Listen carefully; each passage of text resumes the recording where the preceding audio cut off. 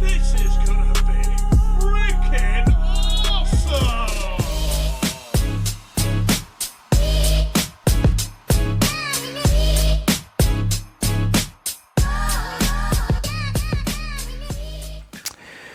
So here we have two Kirby Sentrias. They're both a bit broken.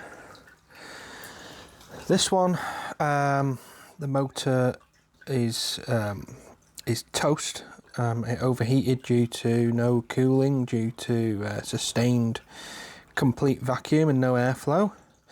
That was my bad, and I did that. Abusing it really, just using it for what it wasn't meant for, which was to create a vacuum on the coolant system on the coolant system on a Skoda Octavia, a Skoda Superb, because I wanted to use the factory method of filling the coolant system under vacuum. So Octavia's coming to say hello. This one,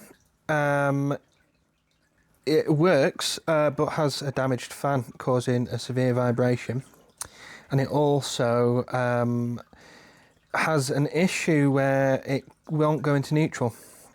So when you switch it on, it'll move fine with the transmission. But when it's off, it's kind of locked in place. I don't know if you can see, but... Oh, wait, what? How? How is that moving? That... There we go. So it's really stuck. Yeah, you can't get it into neutral, so even with it, there you go. So in drive, it's difficult to push. In neutral, sort of something's gone wrong in there. It won't go. So the logical thing to do is to strip these two to pieces and put all the good parts onto one. So first things first, I'll remove the bags. So there's just a little clip here. Take the bag off at the top and then turn that 90 degrees, and yeah, that's your bag loose. I'll do the same on this one now. There we are. So now I will remove the handles.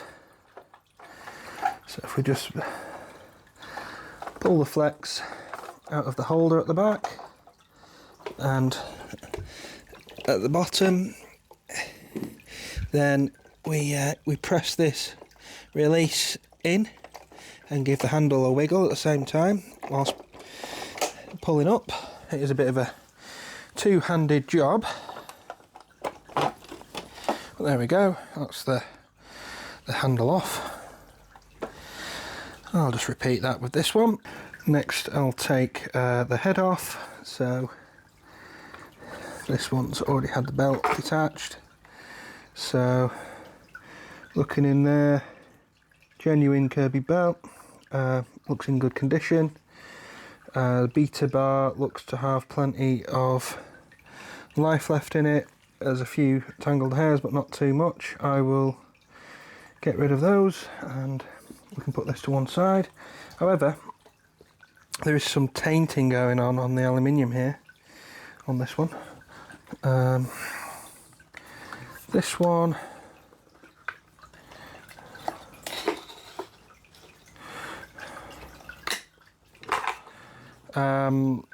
we have a non-standard belt or an aftermarket belt, quite a bit more hair around, a little bit less length on the brushes, but you know, not too bad. And obviously it's something that can be adjusted using the different settings on the beta bar. So then we're left with the the base, machine base. So next I'm going to turn the machine round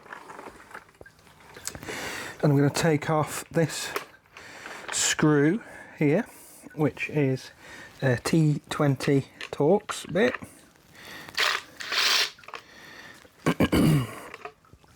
That will allow me to lift this cover up. Oh, 1 second. No, it won't.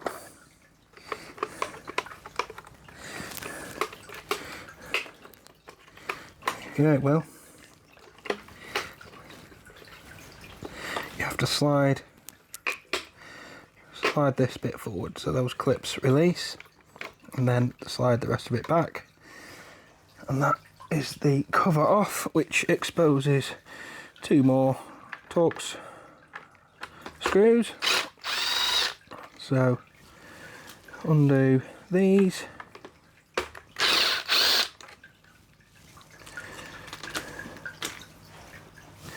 and then back round the front. There's these 2 here which need to be undone.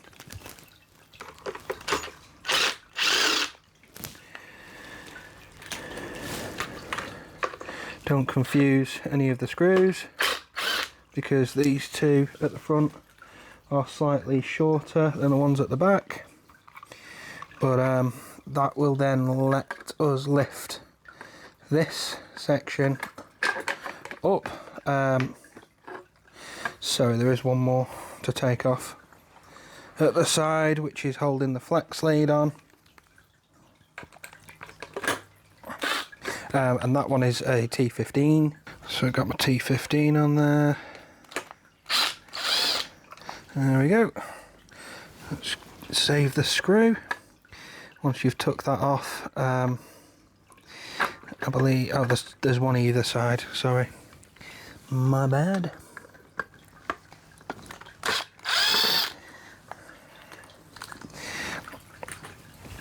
There we are.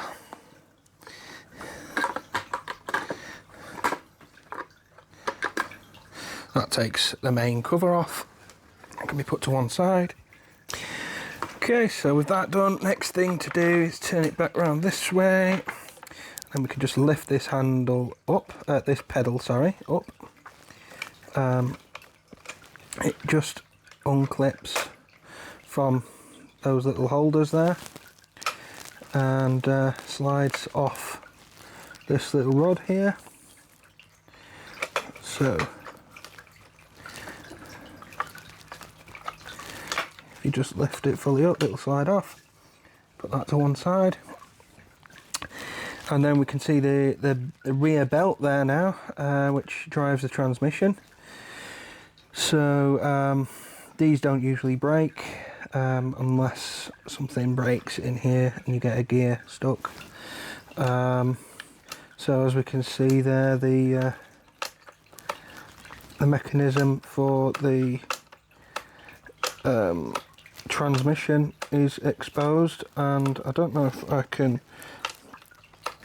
if I'm seeing that correctly, whether that's supposed to be like that. We can compare it to the other one, but I'll drop the transmission next. So what we need to do now is undo the 3, this screw, and this screw, which are T20s. Not all machines will have Torx screws. Some might use Phillips heads. Depends when it was built and what hardware they got round to using for that build.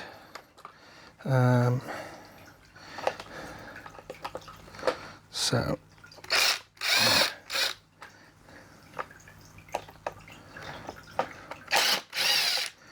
there we are.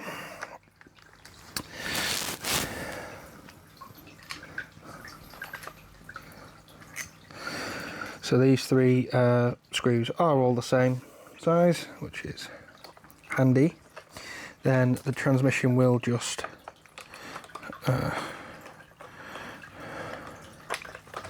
should just drop down. It's just a bit difficult to do with one hand. There we go, so just release the belt from the pulley as it comes down. Now we have a completely mechanically powered transmission.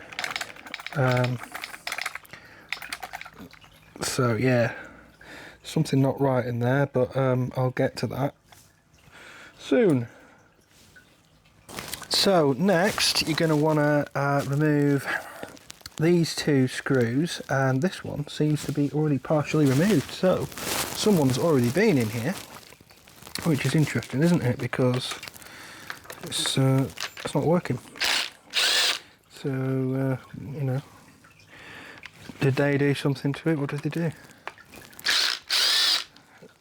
Was it an attempt to fix it gone wrong? I don't know. So with those two removed, we can turn it back round. Lift the light cover and undo these two top screws.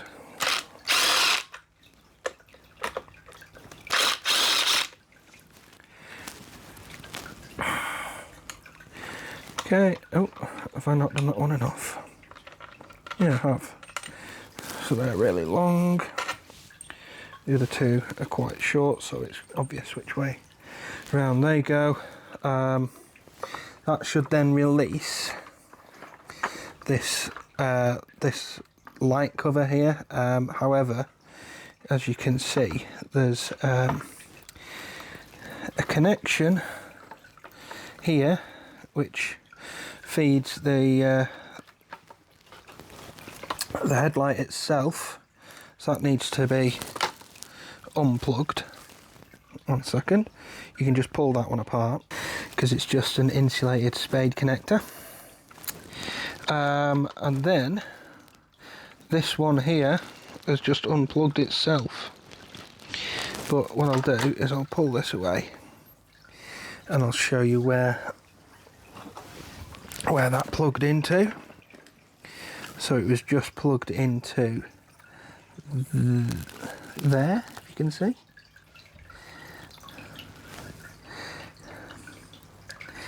There you go, little mini spade connector, it was in there. So that's where you connect it back in when we reassemble. This exposes the motor. Now there is a little bit of dust on here, but you shouldn't see too much. If you do, then that means this seal around here, sorry, still zoomed in, there's not too much dust on here or dirt, but there is going to be inevitably a little bit. But you shouldn't see an excessive amount, and if you do, it means that this seal here is gone and that you'd need to replace that. So it's not looking too bad on this one. So what we need to do next is take out this screw here and this one here.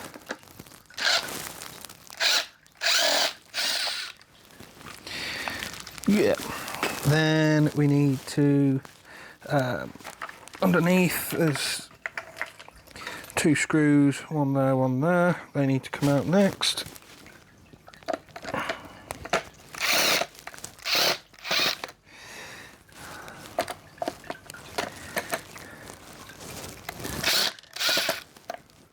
What is going on with that one?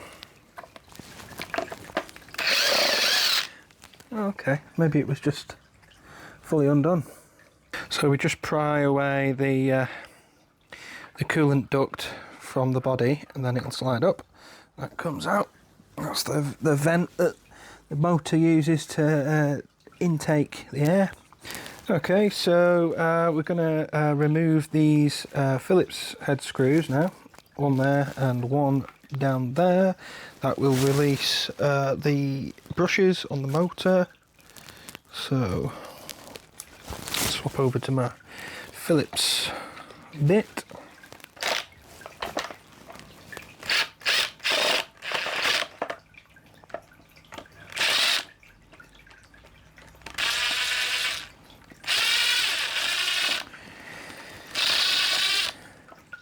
There she is.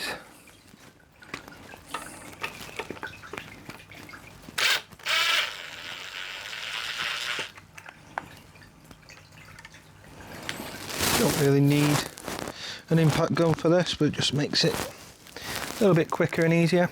So what you can do then is pull out your brushes for the motor. So there's a fair bit left on that one. It's not too bad.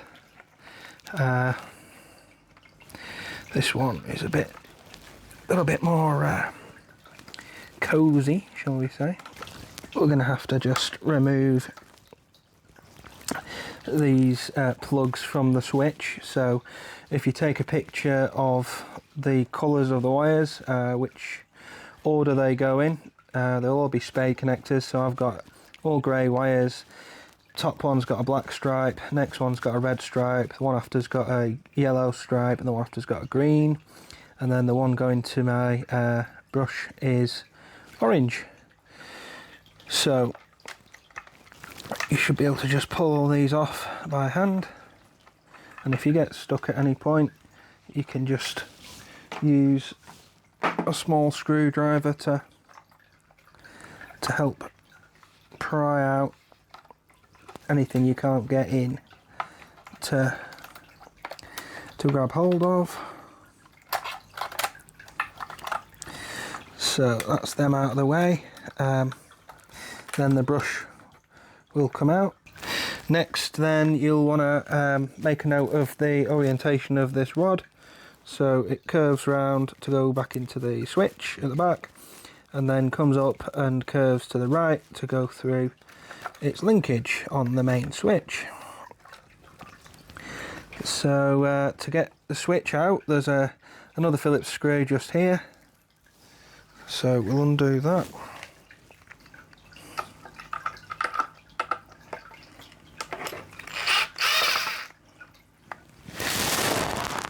Okay, then with that undone, you should be able to move the switch back. There we are. Starting to move. Undo this screw here. But all you need to do to get this off is push it that way, and then it'll release up. There's just a hook underneath, but I can't do it with one hand. Once you've got that off, you'll be greeted with this plug, which you can give a good wiggle to, and that will come out because it's just a 2-pin, like a kettle lead looking thing, or at least what we would call a kettle lead in the UK. So with that released, the switch will then come out in its modular form. So just get rid of any dust on there, because that can get inside and mess up with the contacts and cause them to burn out prematurely. And then the motor itself will be free to come out. And as we can see on here, we've got a completely missing fin on the blade, and another one that's almost completely gone, and the rest of them are a bit chewed up. So that's cool, isn't it? So what we need to do here is we need to get something through that hole, like a little screwdriver. So I'm just going to use a mini screwdriver. Will that go in? No, of course it won't. Slightly smaller one. Will that go in? I mean, it'll go in somewhat. Doesn't come out the other end, but that's fine. This is a reverse thread, so righty loosey, lefty tighty. So I'm going to hold on to the fan, and I'm going to try and what would feel like tightening this up with the screwdriver, and it will crack loose. So I'll see if I can do this with 1.5 hands. There you go. So that's going undone. As soon as you get it cracked off, you can do it by hand.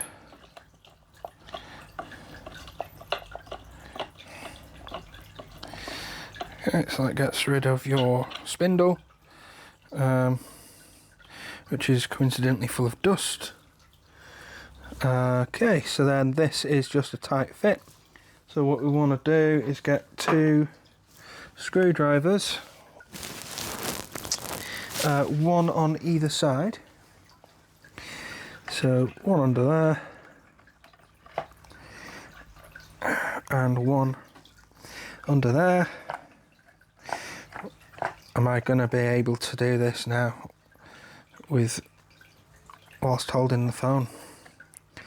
Oof. You want to apply even pressure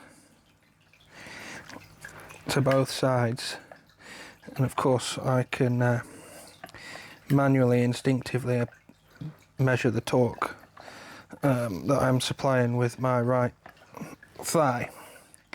Not many people have got the ability to do that, but it's my party trick. So you want to get it right under.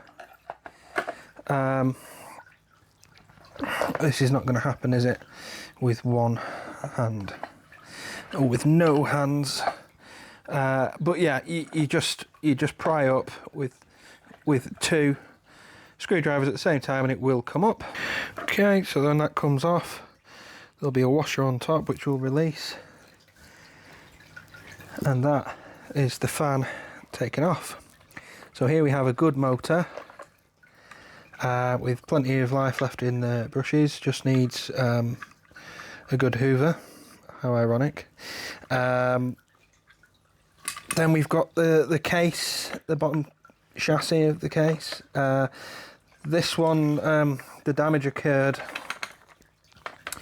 by shrapnel being hoovered up, or vacuumed. We shouldn't say hoovered unless it was a hoover that did it, but I think you know what I mean.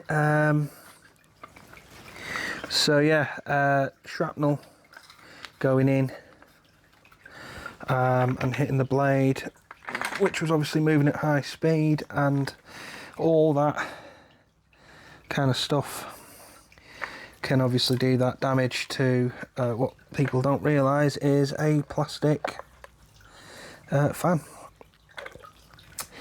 So that is our sort of chassis there. Then if you unscrew these two bottom screws, this one and this one, the metal part will come apart from the plastic, and that allows you to clean everything properly. You can put these parts in the dishwasher, although a bit wary about that with the sticker on. Might take the sticker off. Don't put the aluminium parts in the dishwasher because it will tarnish them. Oh, look, a little bit of damage there on the safety switch. So that's something else I can change over. So you've got another screw there and another screw there for you to take off the front axle, and that is that will include the height adjustment system. So it gives you a chance to clean all that properly. I'm going to get all this cleaned, and I'm going to repeat the same thing with that unit, get them all put back together, and I'll have a good working machine. So put it back together in the reverse order, and it should be good to go.